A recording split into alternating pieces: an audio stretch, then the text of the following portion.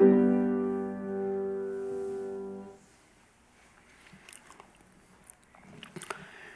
말씀 마태복음 비유에 대한 말씀을 계속해서 다루고 있습니다. 이제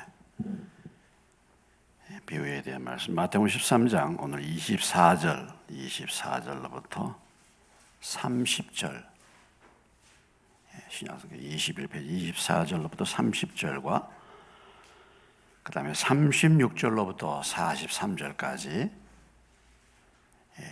비유와 이 말씀에 대한 예수님의 해석, 지난번에도 우리가 그렇게 말씀을 나눴는데 또 이제 24절로부터 30절, 36절로부터 43절까지 말씀을 교독하도록 하겠습니다.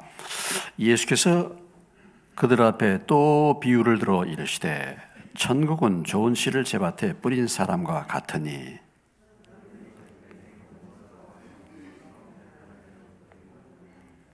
싹이 나고 결실할 때 가라지도 보이거늘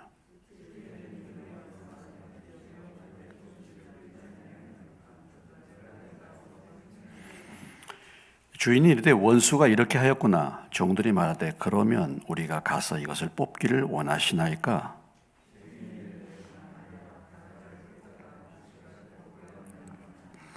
둘 다 추수 때까지 함께 자라게 두라. 추수 때에 내가 추수꾼들에게 말하기를 가라지는 먼저 거두어 불사르게 단으로 묶고 곡식은 모아 내 곡간에 넣으라 하리라. 36절로 갑니다.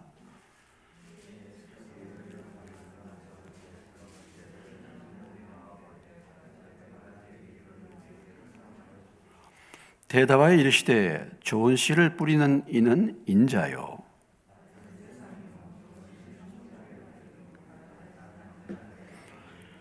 가라지를 뿌린 원수는 마귀요 추수 때는 세상 끝이요 추수꾼은 천사들이니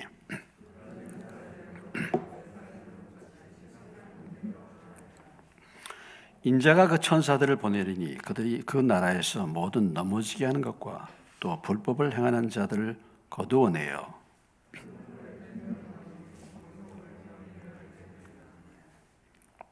사실은 다 같이 그때의 의인들은 자기 아버지 나라에서 해와 같이 빛나리라. 귀 있는 자는 들으라. 기도하겠습니다. 주님, 또 오늘도 이 자리에 참여한 당신의 사랑하는 자녀들 위하여 또 저희들을 붙들어 주시고 성령님께서 이 시간에 또 필요한 말씀을 들려주시기를 원합니다. 저희들이 들을 귀가 있게 하여 주셔서 하나님의 말씀을 잘 듣고 깨닫고 30배, 60배, 100배의 열매를 맺을 수 있도록 도와주시고 제가 성령의 도구로 또 이 자리에 참석한 당신의 자녀들 위하여 쓰임받게 하여 주시옵소서. 예수님의 이름으로 기도합니다. 아멘. 자, 오늘 이 비유는 이제 지난번에 씨 뿌리는 비유에 이어서 오늘 비유는 어떤 비유입니까? 알곡과 가라지 비유입니다. 알곡과 가라지 비유. 예. 따라서 합시다. 알곡과 가라지 비유. 예, 알곡과 가라지에 대한 비유죠. 가라지는 뭡니까? 쭉정이라고도 하기도 하죠. 예, 가라지. 그래서 이제 24절로 30절까지 예수님께서 그 알곡과 가라지에 대한 얘기를 지금 나누고 있고 36절로부터 43절에서는 거기에 대한 해석을 예수님이 직접 해주시고 계십니다. 씨 뿌리는 비유와 마찬가지로. 자, 그러면 그 비유의 내용이 뭡니까? 예수께서 그들 앞에 비유를 들어 이르시되 천국은 좋은 씨를 제밭에 뿌리는 사람과 같다. 하나님 나라는 좋은 씨를 밭에 뿌린 사람과 같다. 그런데 좋은 씨를 밭에다 뿌렸는데 사람들이 잘 때에 그 원수가 와서 곡식 가운데 가라지를 더 뿌리고 갔다. 좋은 씨를 자기 밭에다 뿌렸는데 사람들이 자고 있을 때 원수가 와서 곡식 가운데 가라지를 뿌리고 갔다는 것입니다. 그래서 이제 싹이 나고 결실할 때에 그때 가서 가라지가 보였다 이거죠. 언제 가라지가 뿌려졌는지 알지도 못했는데 이제 싹이 나고 결실의 때가 가까우니까 그때야 가라지가 보이는 거예요. 그래서 그 집들의 종들이 주인한테 와가지고 이거 좋은 씨를 뿌렸는데 이 가라지가 도대체 어디서 나왔습니까? 이 가라지를 갖다가 어떻게 해야 되겠습니까? 이게 도대체 가라지가 어디서 왔습니까? 하니까 주인이 말하기를, 야, 그거 원수가 그렇게 했다. 원수가. 그러면 이거 가라지를 우리가 뽑아야 될까요? 뽑기를 원하십니까? 당연히 주인 입장에서 볼 때 종들로 하여금 이 가라지를 뽑도록 그렇게 말할 줄 알고 종들이 이제 주인에게 그걸 물어봅니다. 이것을 뽑기를 원하십니까? 주인이 말하기를, 그만둬라. 가라지 뽑다가 곡식까지 뽑을까 걱정된다. 가만히 놔뒀다가 추수 때가 되면 그때 추수꾼들에게 말하기를, 먼저 가라지부터 거두어가지고 그걸 단에다 묶고, 그리고 그걸 불살라고 그래라. 불사르고, 또 곡식은 뭐예요? 거두어서 내 곳간에 넣겠다. 이것이 하나님 나라다, 이렇게 말하고 있는 것입니다. 이것이 천국이다, 이렇게 말.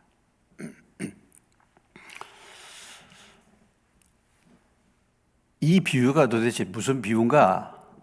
그래서 이제 제자들이 말이죠. 36절에 보니까 무리를 떠나서 집에 들어가시니 제자들이 나와 이르되 밭에 가라지 비유를 우리에게 설명하여 주십시오 하고 이렇게 부탁을 한 것입니다.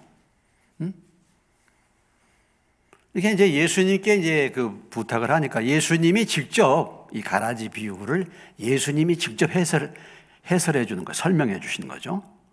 그러니까 예수님이 직접 설명하니까 너무나도 분명하고 확실한 거 아니겠습니까? 예수님의 설명. 좋은 씨를 뿌리는 그 집 주인은 바로 인자, 예수님을 말씀하시는 거죠. 주님이 좋은 씨를 뿌렸다, 이렇게 표현하고 있고, 밭은 이 세상의 밭은 이 세상인데, 세상에 예수님이 이제 씨를 뿌렸는데, 좋은 씨가 그럼 뭐냐?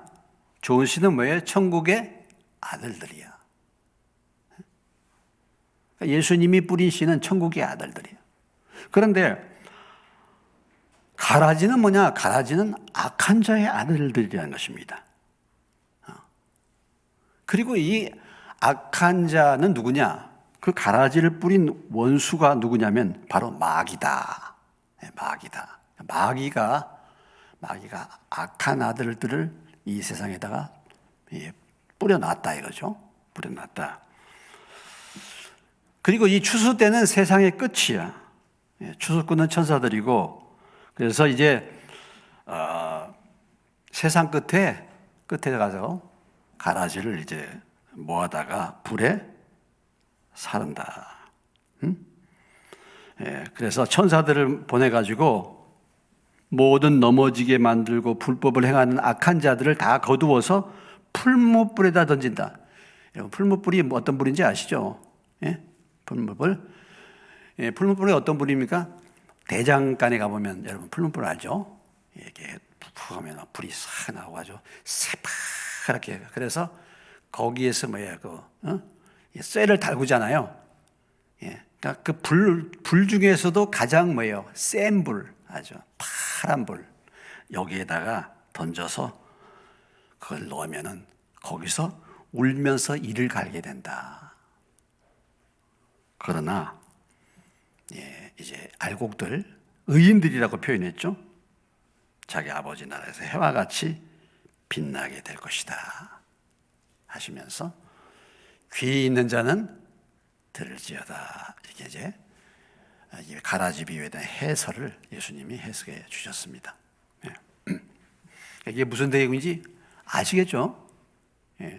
설명을 안 해도, 예수님의 설명을 안 해도 이 비유가 뭔지 여러분 아시겠죠? 대충 아시지 않겠습니까? 예를 들어 씨 뿌리는 비유, 뭐 길가에 뿌렸다, 뭐에다 뿌렸다. 그게 어떤 의미인지 어느 정도 알 수 있잖아요. 근데 예수님이 정확하게 이렇게 설명을 해 주셨습니다. 오늘 이 말씀을 통해서 하나님께서 우리에게 주시는 교훈이 뭔가라는 거죠. 첫째는 하나님 나라는 우리가 하나님 나라 천국 그럴 때 일반적으로 장차 우리가 갈 곳, 미래에 있는 나라 이렇게 생각하기가 쉽잖아요. 미래에 우리가 갈 나라, 하나님 나라. 그런데 여기 천국의 비유를 보면 그것이 아니라는 것입니다.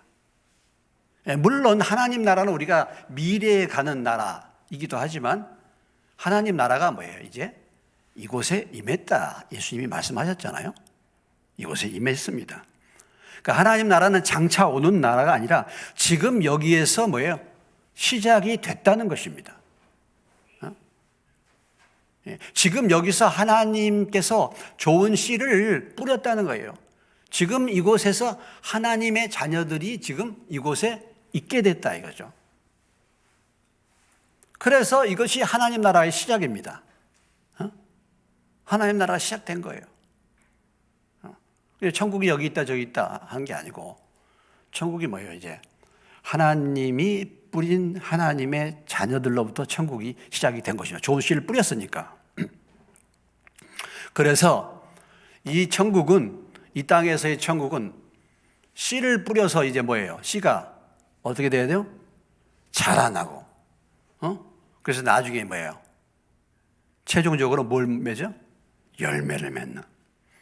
그러니까 하나님 나라는 지금 이 땅에서 시작이 됐는데 아직 완성되지 않았어요. 이 나라는 계속해서 뭐예요? 성장하고 발전하는 나라예요. 바로 이 나라가 하나님 나라다라는 것을 우리에게 보여주고 있는 것입니다. 그래서 지금 내가 하나님의 자녀로 이 땅에 하나님이 말씀을 주시고 그래서 하나님의 자녀가 됐어. 그것으로 끝나는 것이 아닌 거죠. 이제 그 씨가 뭐예요? 이 땅에서 어떻게 해야 돼요? 싹이 나야 되냐? 싹이. 그리고 또 자라나야. 예수 믿었다고 했는데 예수 믿어서 그냥 그 막상 난 그 상태로 계속 머물러서는 안 되는 것입니다. 그것으로 끝나는 게 아니에요. 자라나서 뭐예요? 뭘 맺어야 돼? 열매를 맺어야 되는 거예요. 열매를. 중간에 말이요. 씨가 싹이 났다가 죽어버리네. 자라나지를 않아. 이렇게 이제 될 수가 있는 거죠. 그렇게 될 수가 있는 것입니다. 그래서 바로 하나님 나라는 이제 시작이 됐고 그것이 자라나고 발전하고 성장하는 그런 나라임을 우리에게 말씀해 주고 있습니다. 그리고 또 한 가지는 이 하나님의 나라, 이 하나님의 그러니까 공동체죠. 공동체는 뭐가 있어요? 무엇과 무엇이 있습니까? 하나님의 공동체는 뭐가 있어요? 알곡만 있는 것이 아니다라는 거예요. 뭐도 있어요? 가라지도 있다는 것입니다. 알곡만 있는 게 아니라 뭐예요? 가라지가 있다는 거예요.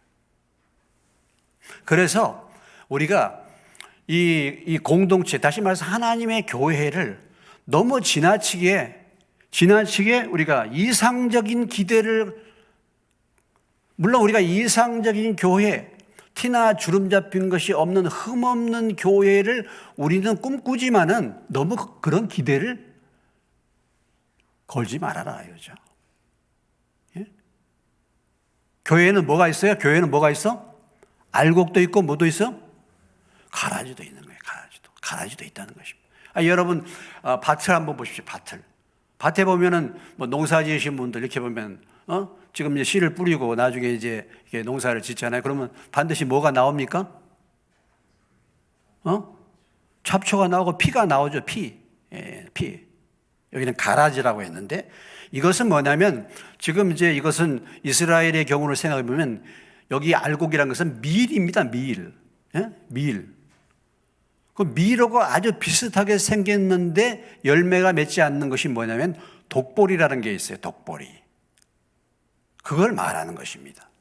여기에서 가라지라는 것은 우리로 보면은 피 같은 거 있잖아요. 피. 예. 벼가 자라날 때 피가 나중에 보면 꼭 나오잖아요.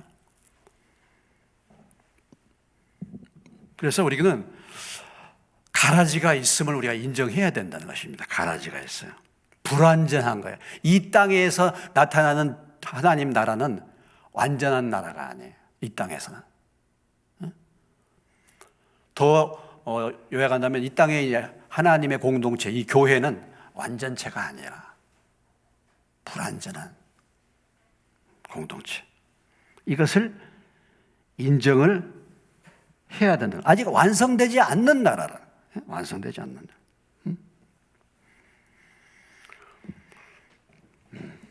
그래서 지금 뭐예요? 우리가 씨가 떨어져 가지고 성장하고 발전하는데 무엇가 지금 같이 자라고 있냐면 가라지와 함께 자라나고 있다. 이것입니다. 가라지와 함께.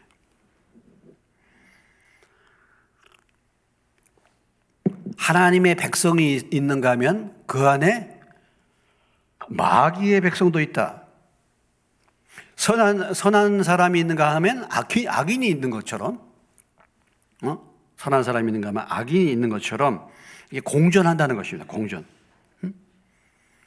여러분, 이게 왜 공존합니까? 이게 사실은 내 안에도 그런 게 공존해요. 내 안에도 선만 있는 게 아니에요. 내 안에도 뭐가 있습니까? 악이 있잖아요. 선악이 내 안에도 공존하는 거예요. 내 안에도. 우리의 가정 안에서도 뭡니까? 하나님의 사람이 있는가 하면 그렇지 않은 사람이 있죠. 교회도 마찬가지입니다. 이 세상 나라는 더 두말할 필요가 없는 것이죠. 그래서 이 가라지가 있기 때문에 고난을 당하고 불이익을 당하는 거예요. 그냥 알곡이 그냥 제대로 자라나기가 어려운 거예요. 가라지가 있어가지고 양분을 빼앗겨 자라나지 못하라고 방해를 해. 이런 곳이다. 이것을 우리에게 말씀해주고 있습니다. 화곡동 장로교회 서울에 김의식 목사님이라고 계십니다. 이 김의식 목사님이 지금 이제 치유목회대학원의 총장이 됐어요. 그분이. 제가 옛날에 오래전입니다. 그 치유목회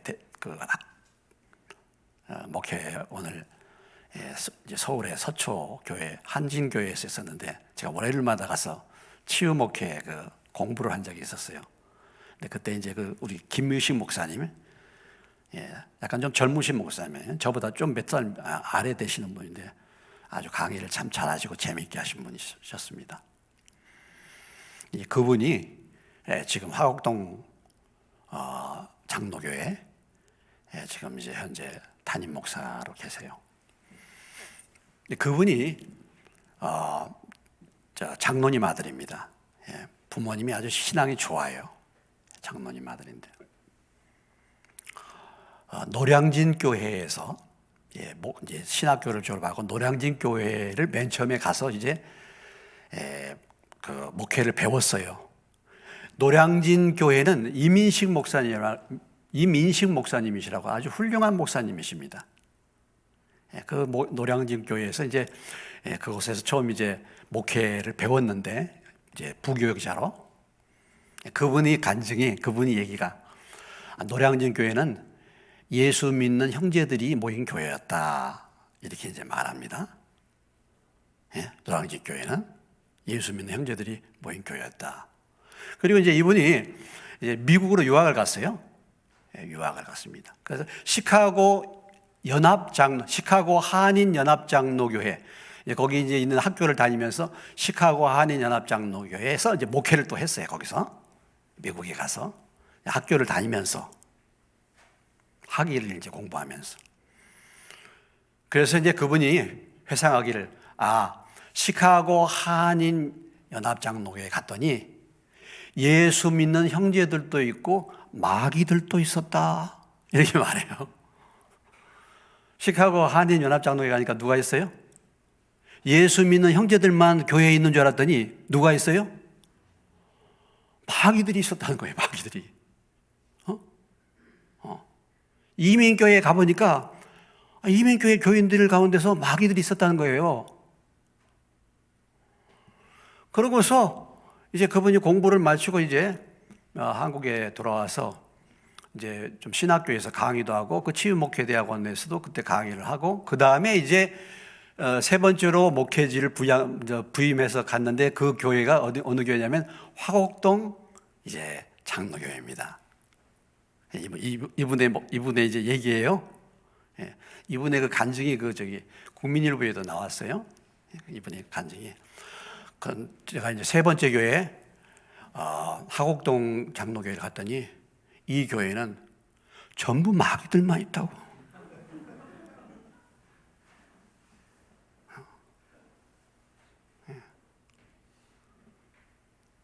그 교회가 아주 문제 많은 교회.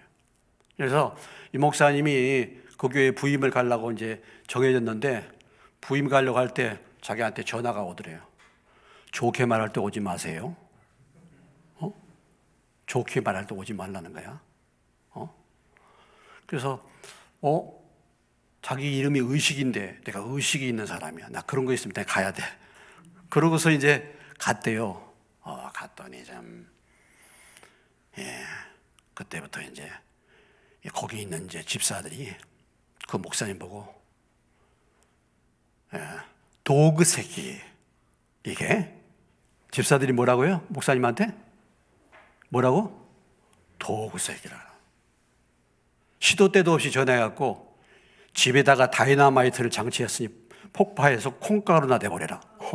이렇게 1시고 2시고. 그 교회 관리 집사들이 민노총에 가입해갖고 기독노조를 만들어서 물러가라. 목사는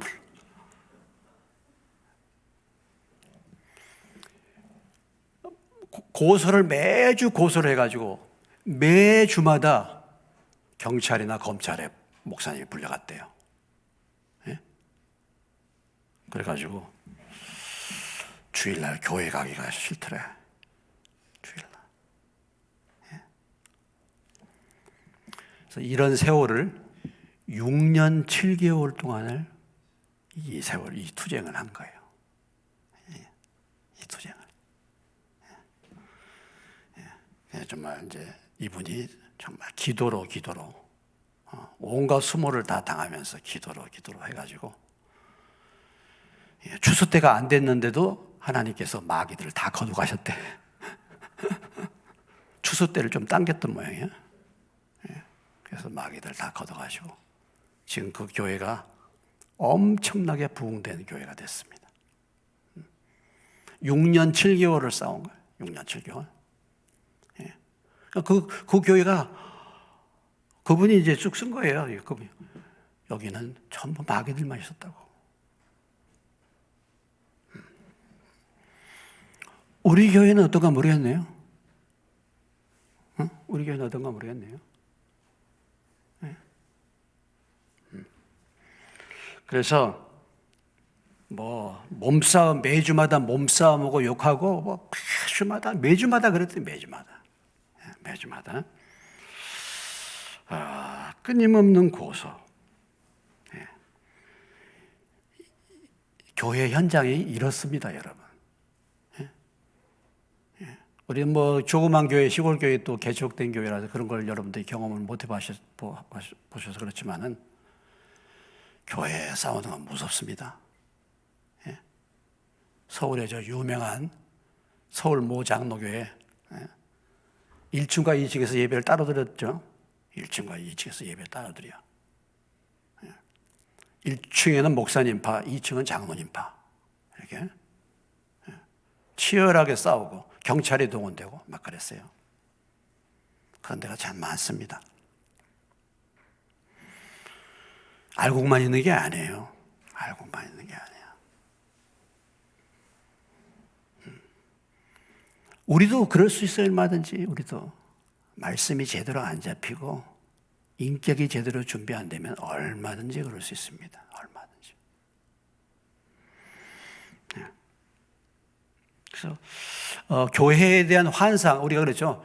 사실은 이 땅에 있는 이 눈에 보이는 하나님 나라, 이 교회는 사실은 죄인들의 무리이기 때문에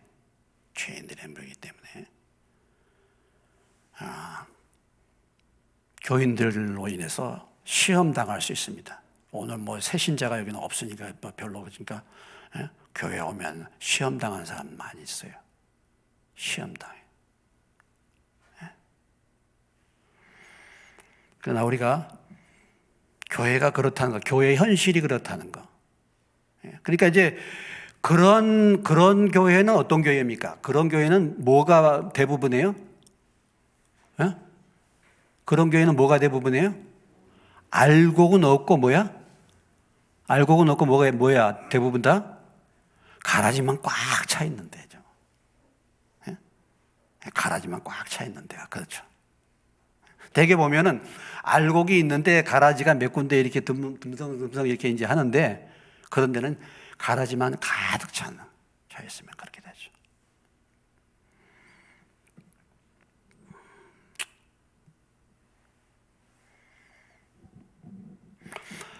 오늘 또 이 말씀을 우리가 통해서, 이 비유를 통해서 주님이 우리에게 말씀하시고 있는 것은 뭐냐면,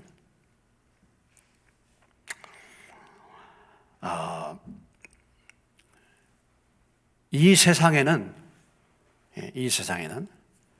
좋은 씨가 열매 맺지 못하도록 방해하는 원수가 항상 있다는 것입니다.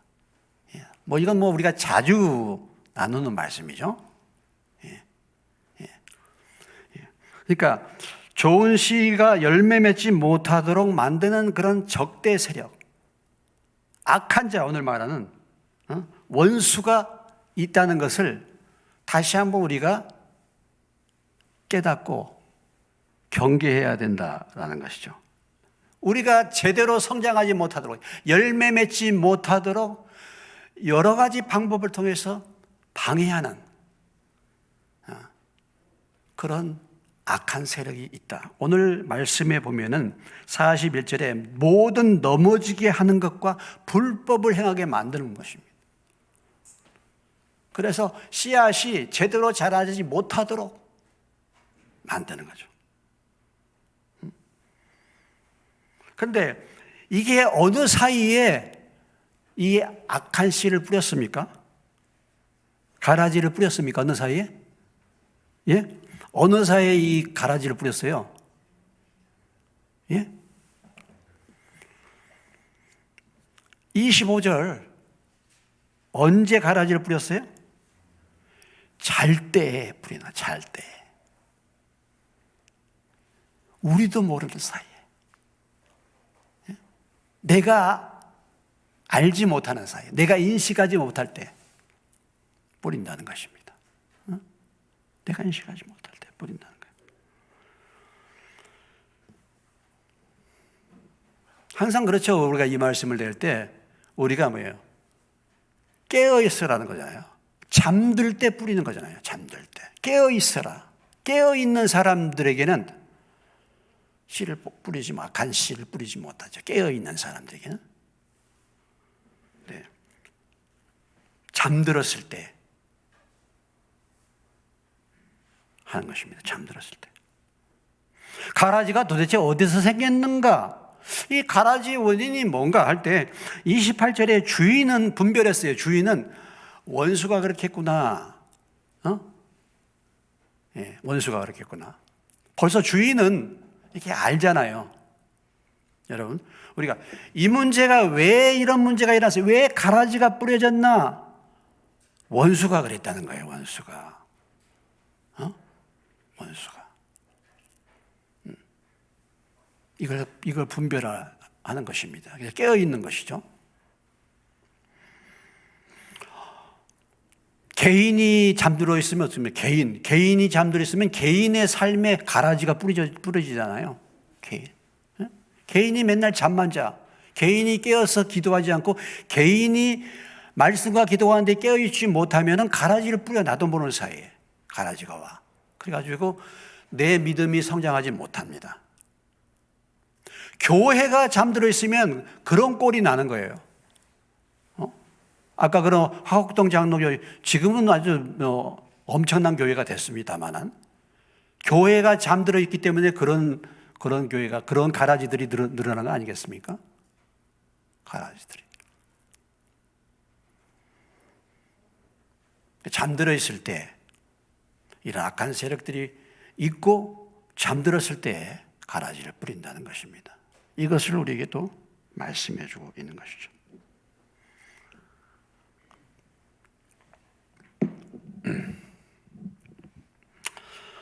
그 다음에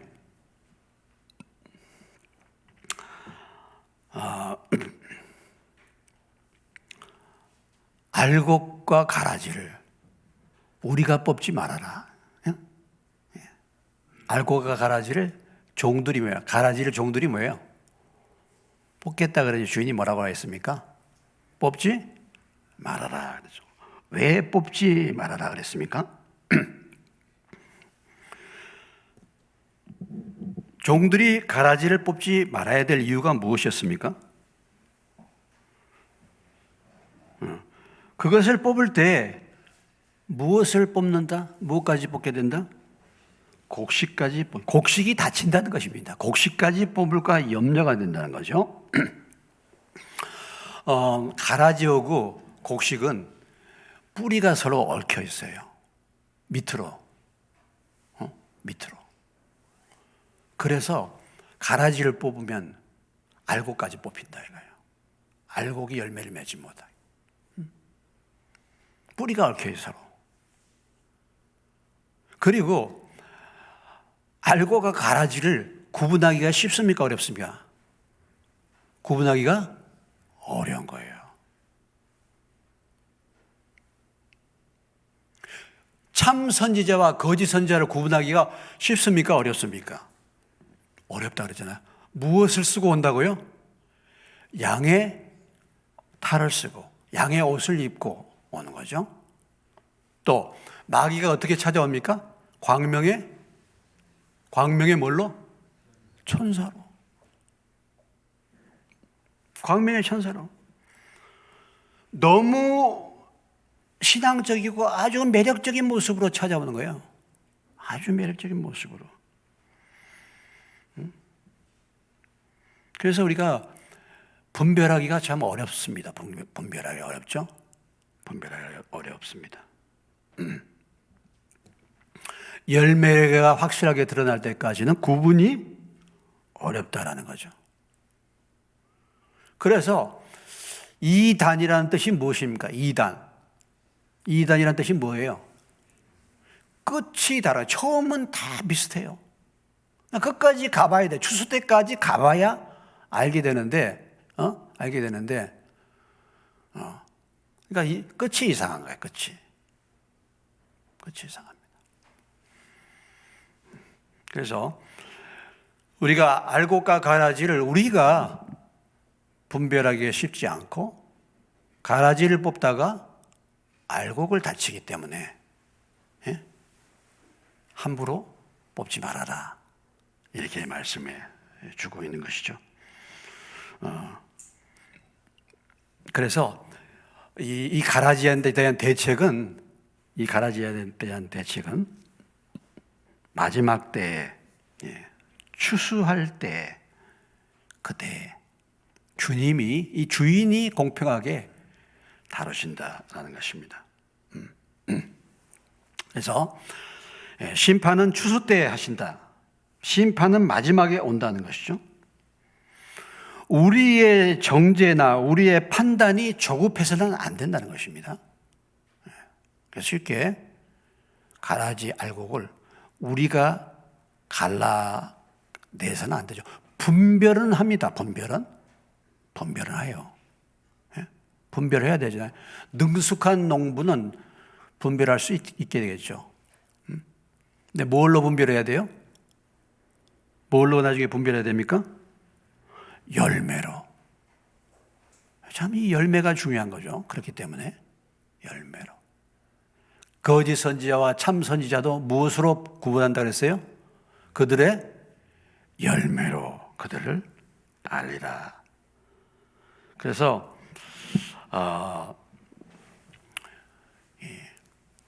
최종적인 모든 그 심판, 최종적인 심판의 권한은 하나님께 달려 있죠. 그래서 하나님께 그것을 맡기는 것이고, 우리가 쉽게 어떤 부분들을 갈라놓아서는 안 된다라는 것이죠. 그렇지만 반드시 어느 때가 온다는 것입니까? 반드시 뭐예요? 추수 때가 온다는 것입니다.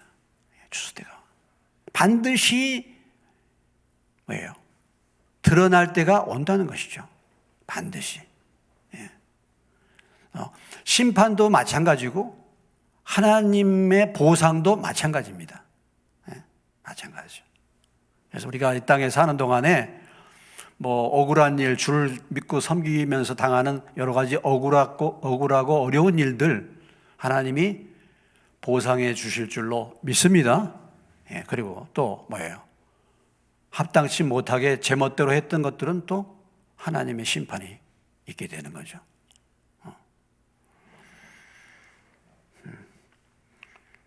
그래서 추수 때는 어느 때를 말합니까? 추수 때는 마지막 때인데, 개인적인 추수 때, 개인의 종말이 있고 역사의 종말이 있습니다.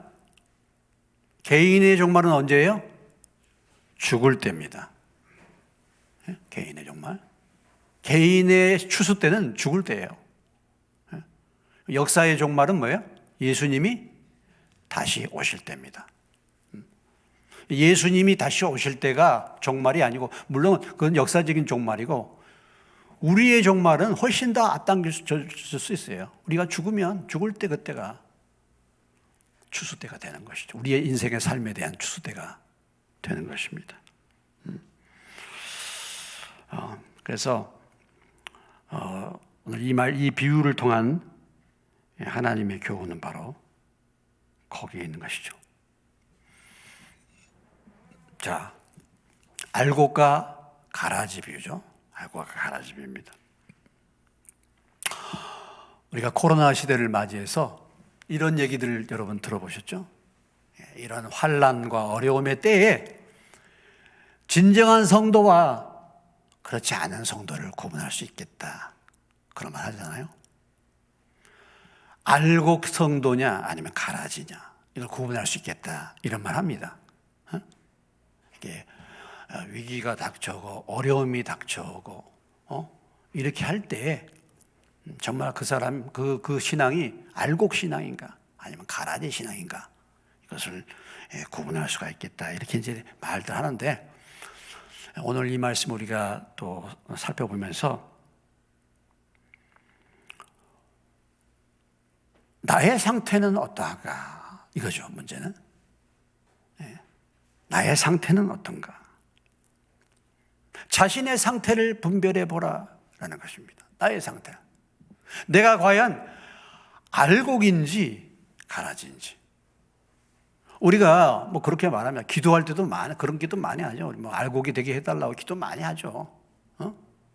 가라지 되지 않고 쭉정이 되지 않고 알곡 되게 해달라고 그렇게 이렇게 말을 많이 하고 이렇게 이제 하면서 우리가 오늘 이 말씀도 지금 대하고 있습니다. 근데 가만히 보면요, 우리가 그렇게 하잖아요. 우리는 성경을 얘기할 때요, 예를 들어서 다윗 뭐 이렇게 하면 다윗, 모세 막 이렇게 하면 내가 다윗인 것 같아. 내가 다윗인 것 같아. 근데 내가 아합은 아니야. 내가 아합은 아니야. 여러분 그렇죠? 모세를 대적했던 막 고라, 다담, 아비람 그러면 내가 모세 같아. 고라, 다단, 아비람 얘는 죽일 뭐야 이게 다. 응? 우리는 볼 때 항상 우리가 정말 닮고자 하는 그 성경의 그 인물들, 그 믿음의 인물들을 늘 말하면서 내가 그렇게 되기를 물론 바라는 마음이 있겠죠. 그러면서 나도 좀 그런 쪽에 속한 것으로 생각할 때가 많아요. 근데 실상은 그러냐? 실상은 전혀 그렇지 않을 수 있습니다. 실상은. 제가 비유를 그래서 그렇지만 이제 우리 은혜 엄마가 이렇게 이제 더위나 이런 걸 잘 못 참거든요. 좀 이렇게 더위에 약해. 추위에도 약하고 상당히 민감합니다. 제가 농담으로 그런 얘기해요. 만약에 광야에 나갔을 때, 광야 때 그때 거기 있었더라면 분명히 모세 제일 많이 원망했을 것 같아. 이렇게. 우리는 광야 갈 때 내가 모세 편에서 이렇게 늘 신앙생활 하면서 이렇게 따라온 것으로 생각하기가 쉽죠. 근데 실상은 그게 아닙니다. 실상은 그게 아니에요.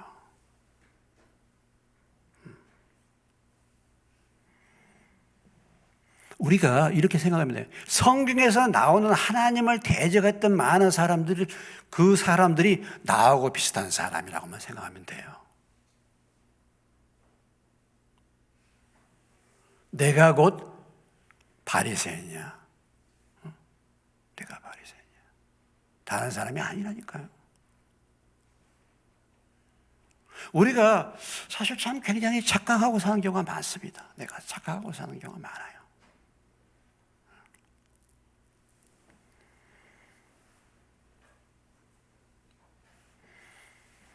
나는 어떻겠습니까?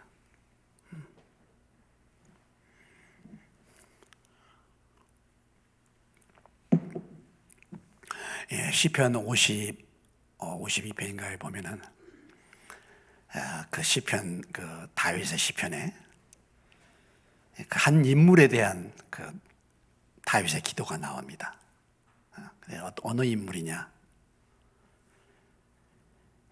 다윗이 이제 그 제사장 있는 데로 도망가지 않습니까? 그때 다윗이 왔던 그것을 보고서 사울의 목자장이 그곳에 왔다가 나중에 사울에게 뭐예요? 그 사실을 어떻게 하죠? 고자질하죠. 그래가지고 그가 공을 세웁니다. 다윗이 왔다는 사실을 고자질해가지고 그것 때문에 제사장들이 다 죽게 됐어요. 죽죠. 그 사람의 이름이 누구예요? 도액, 우액, 도액. 이름도 그래. 도액인데 거기에 보면 이제 거짓된 혀에 대해서 쭉 얘기하면서 시편의 그 도액의 거짓에 대해서 그 거짓된 혀요 이렇게 하면서 이제 다윗이 하는 얘기가 나와요. 네. 참 보면 우리가 그렇지 않습니까? 내가 만약 그때 공을 세울 기회가 있었다고 하면은 내가 누구 편에 설 것인지.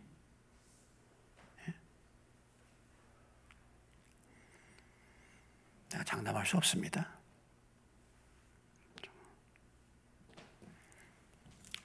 오늘 알고가 가라지 비유. 우리는 늘 그렇게 기도하죠. 예. 우리가 다 나중에 알곡이 되시기를 주의 이름으로 축원합니다. 다 알곡돼야 되잖아요. 알곡이 돼야 되잖아요. 그래서 쭉정이가 되고 가라지가 돼가지고 묶어가지고 풀무불에 영원토록 타는 풀무불에 들어가고 슬피 울며 이를 갈면서 남은 영혼의 때를 갖다가 그렇게 보내겠습니까? 그렇게 해서는 안 되잖아요. 안 되죠. 오늘 왜 추수 때까지 두라 그랬습니까? 예? 지금은 무슨 때예요? 아직 뭐예요?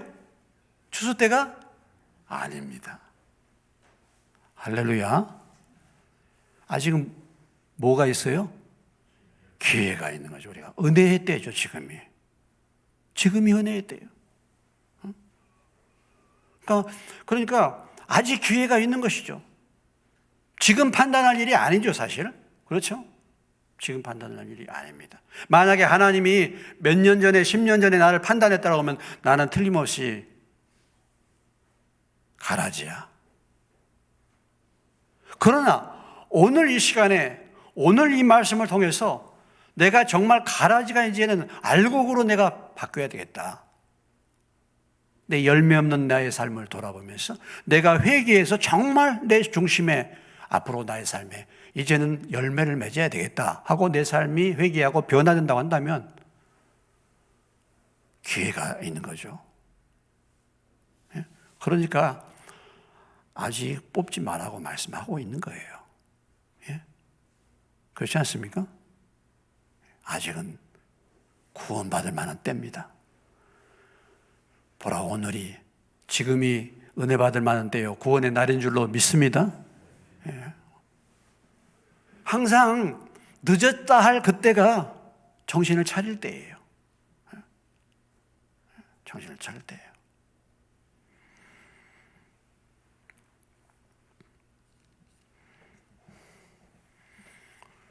뿐만 아니라 이런 방해하는 세력 가운데서 주님은 열매 맺기를 기대하신다는 것입니다. 이렇게 가라지가 있음에도 불구하고, 그럼에도 불구하고 주님이 기대하신 것은 열매를 맺기를 원하시는 거예요. 여러분, 물론 우리가 열매라는 것이요, 우리의 일생을 다 살아서 나중에 최종적인 열매가 있겠지만은, 우리가 밭을 볼 때 농사 1년에 한 번 짓잖아요. 그러면 그 해의 추수 때를 보면은 열매를 알 수 있습니다. 열매를 알 수 있어요. 우리가 죽을 때까지, 죽을 때 마지막 그때가 추수할 때가, 그래서 그때 가서 열매를 본다, 그게 아니고, 지금 우리가 신앙생활을 10년 하고 몇 년 했는데 지금 우리가 그동안의 열매를 점검을 해봐야죠. 그렇지 않겠습니까? 과연 나는 어떤 열매를 맺었나? 어떻습니까, 정말? 어떤 열매를 맺었습니까? 뭐 여러 가지. 우리가 대표적으로 두 가지라고 하잖아요. 외적인 열매, 내적인 열매. 내 중심은 얼마만큼 주님을 향하여 내 중심이 변화됐는가? 내가 얼마만큼 주님을 사모하고 내가 얼마만큼 내 중심이 변화됐는가? 한번 돌아보시기 바랍니다. 우리가요, 전혀 변화되지 않고 더 딱딱하고 더 강팍해질 수 있어요. 예? 더 딱딱해져, 갈수록. 그렇지 않습니까? 노인네들 보세요. 노인네들 말이죠. 나이가 들고 그러면 더 겸손해지고 더 뭔가 이렇게 하는 게 아니고 어떤 생각에 딱 굳어지죠. 그래가지고 참 변화되기 어렵습니다. 내 신앙도 그렇게 될 수 있어요. 딱 굳어져가지고 아주 아주 틀이 딱 잡혀가지고 형식이 딱 붙들려가지고 절대로 변화 안 돼. 아무리 얘기를 해도 변화가 안 돼요. 이렇게 될 수 있어요. 여러분 어떠신가 모르겠네. 한번 돌아보십시오. 내 열매를 돌아보십시오. 주변에 내 열매를 잘 알 수 있는 것이 여러 가지가 있잖아요. 저 열매. 주변에 가장 가까운 사람들이 나에 대해서 뭐라고 얘기하는가 한번 들어보십시오. 가장 가까이 있는 사람들이 나에게 뭐라. 우리가 그랬죠. 교회에서 보는 나의 모습과 내 주변에 가장 가까이서 보는 사람들에 대해서는 다 나의 모습과 또 다른 바깥의 공동체에서 보는 나의 모습과 굉장히 다를 수 있어요, 우리는. 다를 수 있습니다. 그 사람은 나를 전혀 그렇게 생각하지 않는데 나는 생각할 때 그 사람은 나를 굉장히 좋아한다고 생각할 수 있어요. 그런 착각하는 경우가 많이 있습니다. 근데 너무 그걸 몰라. 너무 몰라요. 너무 무디어졌어요.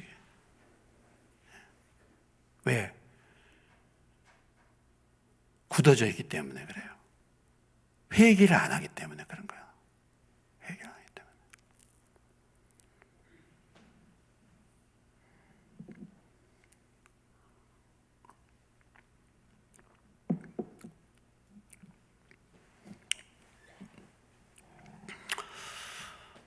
그래서 오늘 이 가라지의 비유를 우리가 돌아보면서 다시 한번 우리 자신을 돌아볼 수 있는 그런 시간. 주님, 지금까지 어떻게 보면 열매 없는 인생, 열매 없는 신앙생활을 했습니다.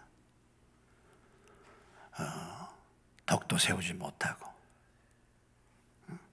내가 가라지 노릇 한 거예요. 아니 그 사람 신앙생활을 잘 영향을 공급해서 그 사람 신앙을 세워야 되고 열매를 맺도록 양분을 공급해야 되는데 내가 그 사람 양분을 알곡의 양분을 내가 가라지 노릇 해가지고 빼먹네. 그러잖아요. 이게 가라지 노릇 한 거예요. 이게 가라지 노릇 한 것입니다.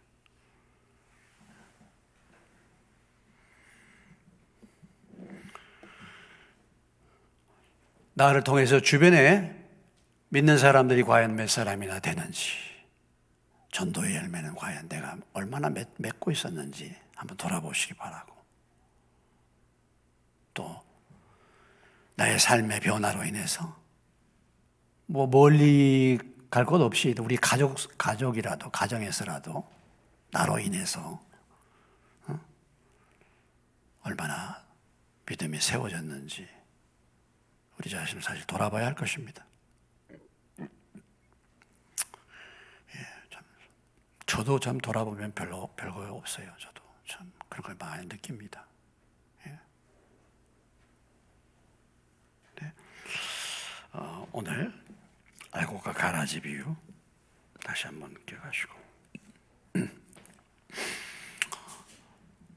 알곡이 되는 비결, 자신의 상태를 잘 분별하는 것입니다. 열매로 잘 분별해서 한 사람도 가라지로 분리되는 것이 아니고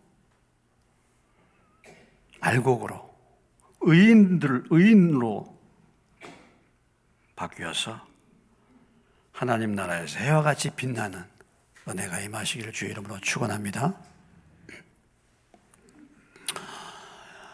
예수님을 따르는 제자들 12명, 그 가운데서도 한 명의 가라지가 있죠. 12분의 1입니다. 12분의 1. 12명 주를 위해서 헌신한다고 정말 자기의 모든 것을 버리고 주님을 따랐던 제자들 가운데서도 가라지가 있어요. 제자들 가운데서.